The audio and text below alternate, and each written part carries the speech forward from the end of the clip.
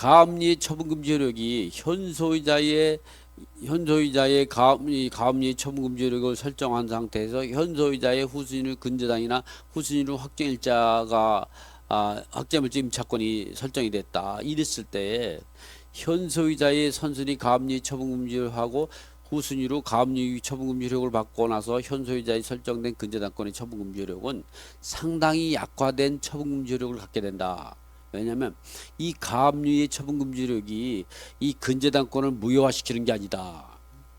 지금처럼 공부할 전소유자의 가압류권자가 현소유자의 채권에 대해서 우선하게 변제받을 수 있는, 왜냐하면 현소유자의 채권에서 소유권 이전 등기를 무효화하는데 절대적 무효가 아니라 가압류에 등기된 금액에 대해서 무효화하는, 그렇다고 하더라도 우선해서 변제받을 권리가 있지만 현소유자의 가압류 처분금지 효력이 현소유자의 근저당의 처분금지는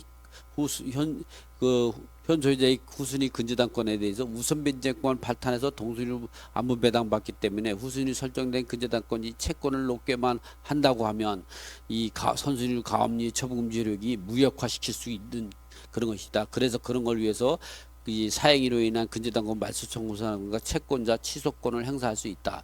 물론 그렇게 하더라도 이 근저당권자가 정확한 자료를 준비해서 한다 그러면 못 이기겠죠. 어쨌든 이번에는 이 현소유자의 가압류 처분금지 효력이 현소유자의 담보물권에 대해서 미치는 것이 아니라 이번에는 현소유자의 가압류 채권자가 전소유자의 가압류 채권자가 현소유자에게 효력이 미치는 것과 현소유자의 채권자에 미치는 것에 대해서 이제 알아보겠습니다.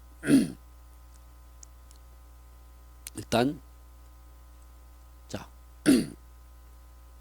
전소유자의 가압류라 압류는 뭐 가압류 압류는 채권이 확정됐냐 안 됐냐 그런 부분이죠. 그 채권이 전소유 가압류 처분금지 미확정된 채권을 보존 처분금지 효력을 하는 걸 가압류, 확정된 채권을 갖다 처분금지 효력을 갖고 있는 것은 압류라고 하는 거죠. 어쨌든 효과는 똑같습니다. 그게 채권이 확정되냐 안 되냐. 가압류는 근접채권이기 때문에 보존 처분으로 매각으로 인하여 소멸되는 것이 원칙이고 전소유자의 가압류 채권 역시 경매나 공매 절차에서 배당받고 소멸되는 것이 원칙으로 하고 있다. 이러한 경우 가압류는 말소가 되며 요즘에는 전소유자의 가압류도 이 배당받고 소멸되는 게 원칙입니다. 그래서 특별매각적으로 인수지를 매각하는 경우라면 소멸되지 않겠지만 특별매각적으로 인수지를 매각하는 경우는 거의 없습니다. 대부분에는 전소유자의 가압류는 이제는 소멸주의로 가기 때문에 이 전소유자의 가압류도 매각물권 명세서에서 낙찰자가 인수하는 조건을 매각하지 않는 한 그런 경우는 거의 없지만 있다고 하면 인수해야 되죠. 그런 경우 없다면 소멸되는 겁니다. 그리고 그런 경우는 전소유자의 가압류는 이 인수 조건을 하면 말소기준 권리가 아닙니다. 그러나 인수 조건 없이 매각됐다면 전소유자의 가압류는 말소기준 권리 된다. 이러한 가압류는 말소되며 최선순위 경우는 말소기준 권리가 된다. 그러나 간혹 전소유자의 가압류를 낙찰자에게 인수조건이라는 특별매각적 매각하는 경우가 있는데 이 경우 가압류 효력이 소멸되지 아니하고 낙찰자의 부담으로 될 수 있다. 이럴 때는 말소기준 권리 될 수가 없는 겁니다. 따라서 전소유자의 가압류는 특별매각 조건으로 매수인이 부담으로 매각되지 않는 한 배당받고 소멸된다. 그리고 말소기준 권리 된다. 이렇게 이해하시면 됩니다. 대법원 2005 다 868이죠. 그럼 전소유자의 가압류 채권자와 현소유자의 채권자에 배당하는 방법이 어떤가? 대법원은 부동산의 가압류 집행 후 소유권이 제3자에게 이전된 경우 가압류의 처분 금지 효력이 미치는 것은 가압류 결정 당시 청구 채권에 가압류 등기부에 등기되어 있는 금액을 말하느냐 안에서 가압류 목적물이 교환가치이고 위와 같이 처분금지 효력은 가압류 채권자와 제3취득자 사이에 있는 것이므로 가압류 채권자가 우선적으로 권리를 행사할 수 있다. 제3취득자의 채권자들은 이를 수인해야 된다. 이를 인정해야 된다는 거죠. 인정해야 되므로 가압류 채권자는 그 매각 절차에다 당해 가압류 목적물이 매각 때문에 가압류 결정 당시 청구금액 한도로 배당받을 수 있고 청구금액을 넘어서는 이자나 비용 등은 받을 수 없다. 제3취득자의 채권자들은 위 매각 대금 중 가압류 처분 효력이 미치므로 범위 내에서 배당받을 수 있다. 전소유자의 가압류 채권자들은 현소유 채권보다 우선한다. 이 부분에 대해서 내가 여러분 이제 복잡하고 하니까 이 정도까지만 이제 설명을 드리고 나머지는 제가 이제 그 판서를 해서 판서에서 여러분이 알기 쉽게 제가 이 판서로 이렇게 설명을 드리죠. 전소유자가 하면 현소유자가 이도령입니다. 이도령이 전 소유자. 이 소유권이 현 소유자. 자, 나 누구냐면 춘향이에요. 인데 여기가 뭐 이제 가압류를 했든 또는 압류를 했다면 이 당시에 금액이 5천만 원이다 그러면 이 5천만 원에 대해서 이 춘향이의 소유권 이전 등기가 무효되죠. 이거는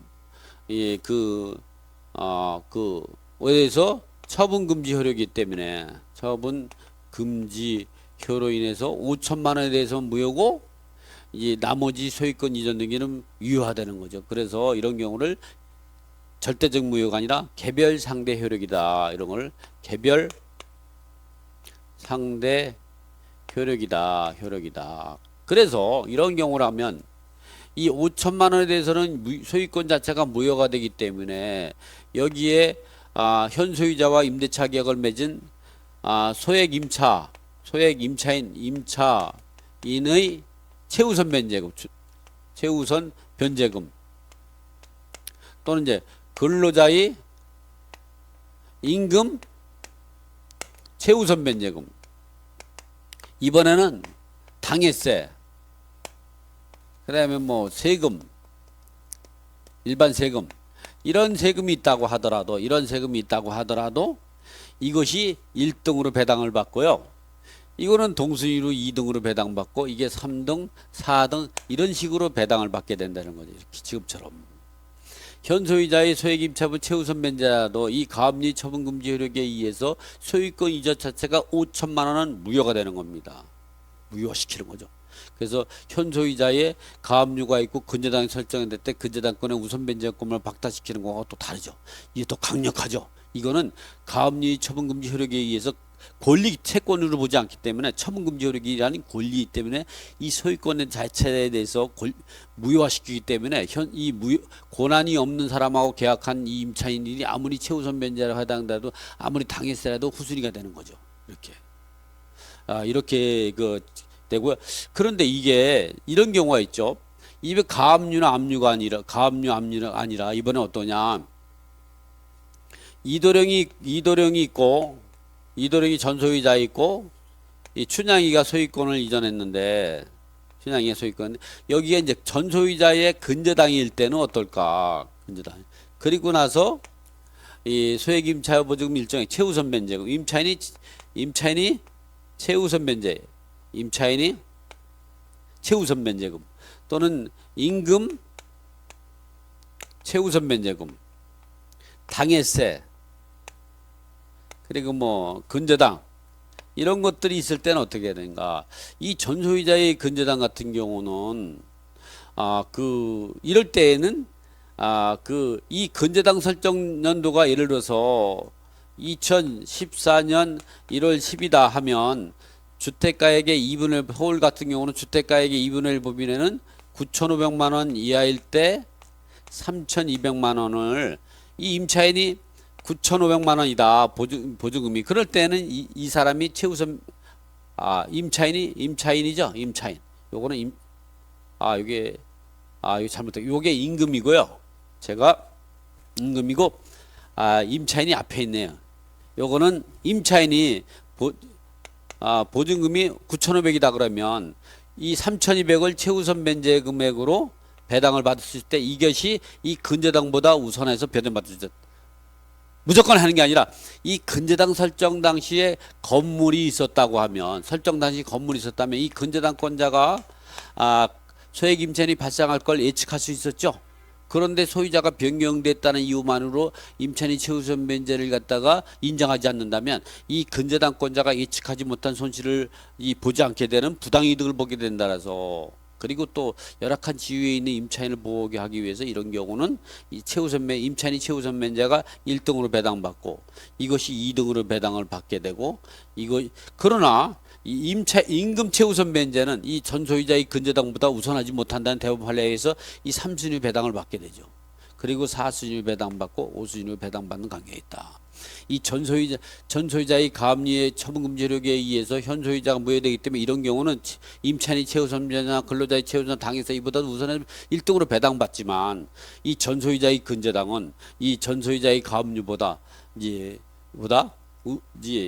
이 근저당이 설정인데 채권으로 보기 때문에 이거는 권리를 보기 때문에 그렇습니다. 채권을 보기 때문에 이런 경우는 임차인이 최우선 면제가 우선해서 변제받고 그리고 이 근저당권자가 2등, 3등 뭐 이렇게 되는 이유는 이 그 근저당권자가 근저당 설정 당시에 건물이 있었고 없었다면 당연히 이게 먼저 배당을 받는 거죠.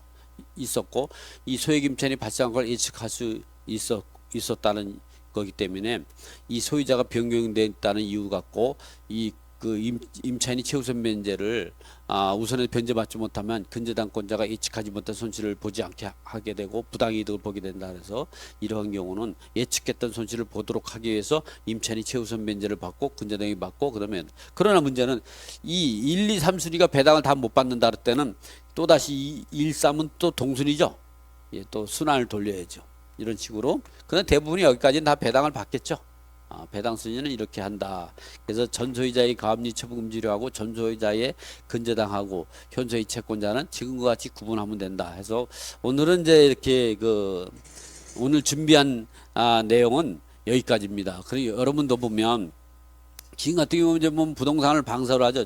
부동산 체험 TV니까 여러분이 이제 경매를 할 때 이제 앞으로 여러분이 이 경매에 이제 황금기가 옵니다. 왜 그러냐면 그동안에는 이제 부동산에 서울에 있는 아파트 가격들이 많이 오르다 보니까 부동산을 투자해서 돈을 버는 사람을 제가 조사했더니 거의 뭐 95% 정도가 다 아파트 투자해서 돈을 버는 사람들이더라고요. 5%가 뭐 기타 뭐 이제 농지나든가 뭐 이러죠. 아니 뭐 정확한 데이터를 가지고 있는 거 아니지만 거의 90%가 그렇습니다. 그럼 결국 뭐냐면 그동안에는 왜냐면 2018년도에는 경매나 공매에서 아파트 물건을 찾아보기 어려웠죠. 왜 그러냐면 이제 아니 뭐 매도자 우위 시정에서 매물이 안 나오는데 그게 경매로 매물 있다면 경매 나왔다면 바로 일반 매물 시장에 비싸게 팔지 그게 그러다 보면 매물이 없었죠. 그러나 지금은 이제 보면 제가 이제 나는 이 적금 통장보다 부동산이 좋다 이 책을 거의 마무리 치고 이번 주면 끝날 책인데 또 아파트 살 때 팔 때 또 책도 제가 출간한 적이 있잖아요. 여러분도 보면 그런 걸 생각하면서 제가 요즘에 관심이 많습니다. 보면 요즘에는 제가 어저께도 보면 신탁공매로 낙찰받은 물건을 갖다가 명도해러 갔는데 부동산 시장을 조사를 하면서 가격도 하기 위해서 부동산도 한 4-5군데 다녀봤습니다. 제가 이거를 오랫동안 보유해야 되는데 앞으로 이 고척동에 보면 이제 구치소가 이사를 갔잖아요. 그래서 지금 새롭게 뭐 이제 한참 행정타운이 지어지고 있고 막 이런데 어쨌든 그래서 가격이 많이 오르겠더라고요. 그래서 제가 한 4, 5억 정도 되는 걸 신탁공매로 해서 국제산 시탁에서 한 4억 3,300만 원 해가지고 1등하고 4명이 들어왔더라고요. 1등하고 2등하고 170만 원짜리 제가 1등해서 제가 대단한 것 같지 않습니까? 여러분도 이렇게 열심히 저를 따라서 열심히 배우시면 이렇게 대단한 일을 할 수가 있는 거죠.